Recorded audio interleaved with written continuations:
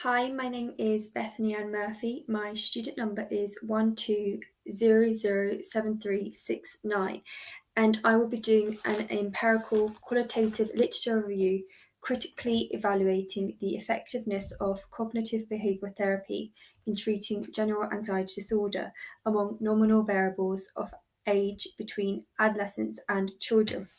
I chose to do a comparison between children and adolescents to further evaluate and assess the skills required by the therapists in delivering CBT. One of CBT's limitations is the fact that not enough therapists are trained or qualified in delivering the treatment.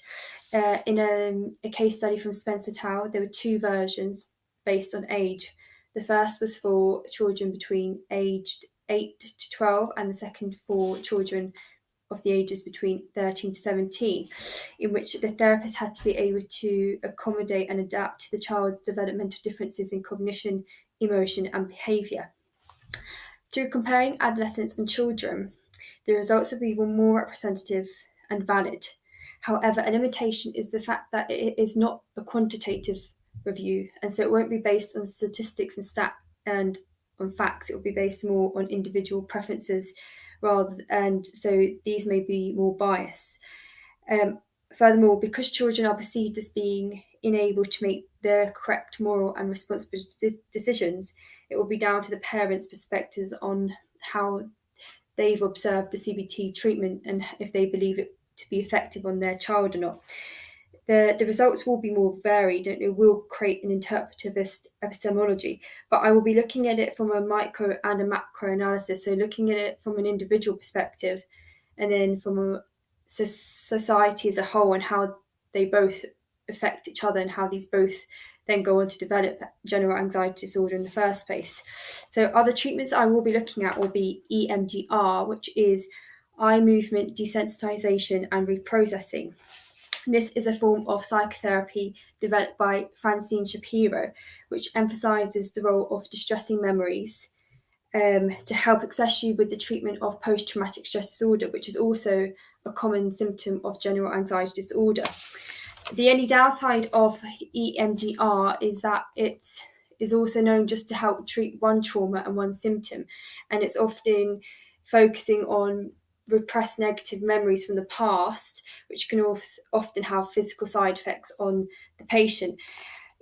Two meta-analyses from 2015, they did find that EMDR was similar to efficacy in CBT. However, it has a low quality of evidence. It's also researcher bias, and because of how intense it is and how long it takes for any sort of results to show, there's an extremely high dropout rate, which is why I'll be using CBT in my case study instead. CBT is more efficient, it saves time and money, and it can be treated in various forms such as over the internet and through computers.